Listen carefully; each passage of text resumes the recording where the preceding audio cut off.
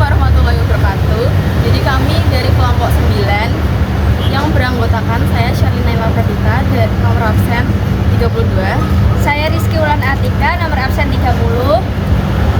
Saya Lintang Tirta Bayu, absen 19. Jadi sekarang kami sedang berada di Samsat 3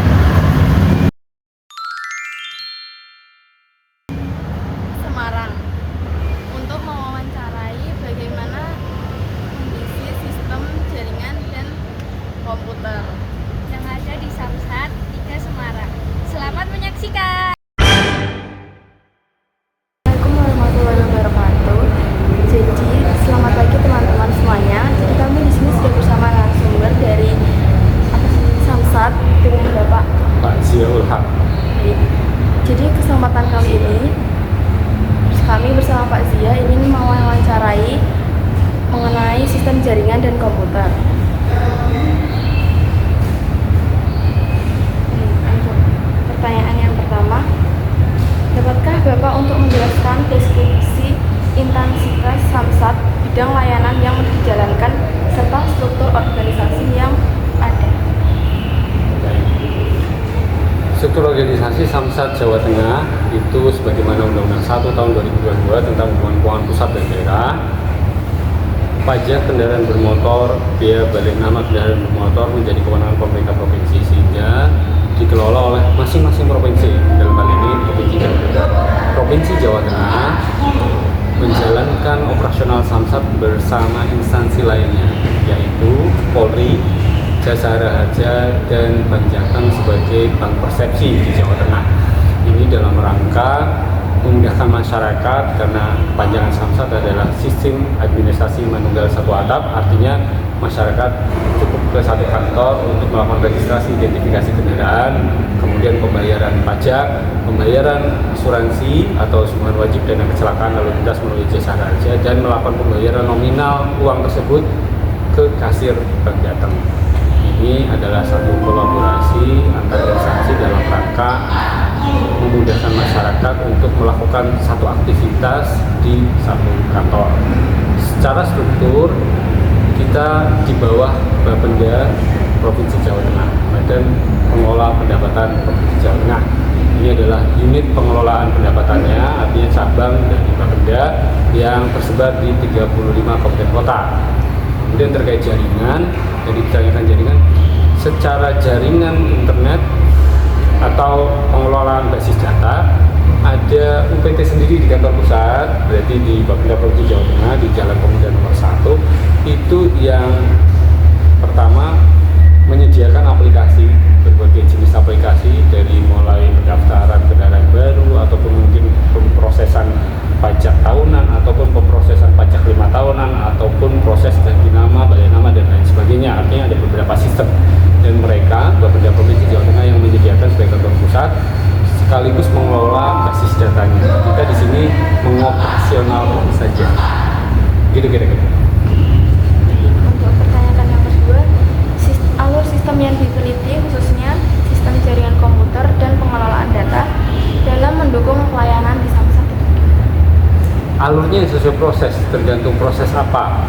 Jadi tadi sudah saya spill di pertama, kan tergantung prosesnya. Kalau proses pajak tahunan, masyarakat cukup datang, tunjukkan syaratnya, STNK, KTP, kemudian akan ditetapkan jumlah pajaknya, didaftar oleh polisi, ada aplikasinya, registrasi Polri, registrasi identifikasi atau disingkat RI, kemudian ada penetapan pajak oleh pemerintah provinsi, dan kemudian ada satu lagi teman sebelah kirinya untuk pembayaran dari bank.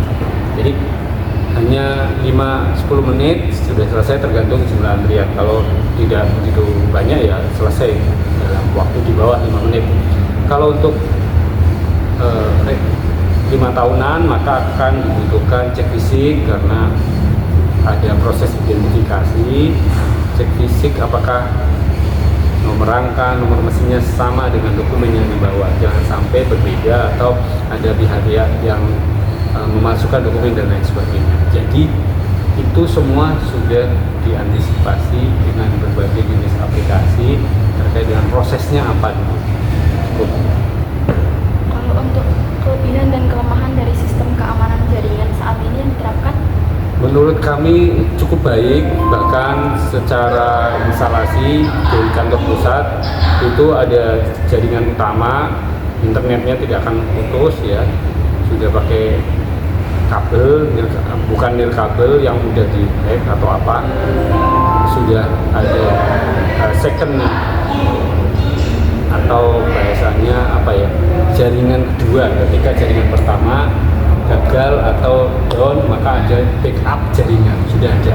Jadi insya Allah masyarakat tidak akan terhambat prosesnya. Jika kita lagi down, ada lagi satu cadangan, kita bisa jalan lagi gitu. Yang keempat, jenis jaringan komputer apa yang digunakan di lingkungan Samsat untuk menunjang kegiatan pelayanan seperti LAN atau WAN? LAN, saya kurang begitu paham LAN WAN. Prinsip kalau pesamsatan intranet ya, kabel khusus, bukan internet yang bisa mudah diakses. Tapi kalau untuk administrasi biasa, hanya email dan lain sebagainya, itu pakai wifi biasa. Tapi kalau untuk yang persamsatan itu sudah lebih secure, pakai kabel, kita punya jaringan sendiri lah, tidak nempel ke jaringan lain, sudah lebih secure. Selanjutnya, sistem keamanan jaringan apa saja yang diterapkan untuk melindungi jaringan serta data pelayanan di Samsat? Ini yang menjawab semestinya dari sana, UPT basis data. Sini kan pelayanan, jadi kan nanti UPT basis data, karena kan mereka yang mengelola, benar ya? Kalau kita kan operasional, oke? Gitu. Next. Yang keenam, bagaimana pengaturan hak akses pengguna terhadap sistem jaringan dan data di lingkungan Samsat? Oke, hak akses pengguna pasti dibuat. Jadi tadi kan saya sampaikan aplikasinya ada berbagai macam. Terus kemudian per aplikasi ada usernya. Usernya juga tergantung dia posisi di mana, di pendaftaran atau di penetapan atau verifikator. Berarti menu-menunya juga sesuai dengan tugasnya dia. Oke, jadi sudah disesuaikan. Baik, untuk pertanyaan yang ketujuh, kendala apa saja yang pernah dihadapi terkait keamanan jaringan dan bagaimana langkah penanganannya? Nah, itu berarti ke UPT basis data. Sekali lagi kita operasional, kendala-kendala yang sifatnya menyeluruh sudah diantisipasi oleh teman-teman di unit pengelolaan basis data dan pengembangan informasi. Sudah ada UPT-nya. Kalau kita operasional, maka di kantor pusat nanti ada grup WA, begitu ada jaringan sedikit yang terkendala, kita akan informasikan, nanti mereka mengeksekusi ya, beserta teman-teman dari Telkomsel, dari Desnet yang jaringan kedua, termasuk teman-teman kita yang di programmer dan lain sebagainya. Itu. Baik, bagaimana prosedur penjagaan dan keamanan data masyarakat agar terhindar dari kebocoran atau penyalahgunaan data, Pak? Sama Mas, kayak tadi ya, pertanyaanmu itu ke UPT unit yang benar-benar mengelola semuanya sendiri. Kalau kita kan nggak sendiri, jadi ada server, bahkan backup servernya pun ada di beberapa tempat, server utama dan backup servernya juga ada. Itu untuk menjaga keamanan data masyarakat. Jadi kulitnya seperti itu, lebih di dalamnya ke UPT basis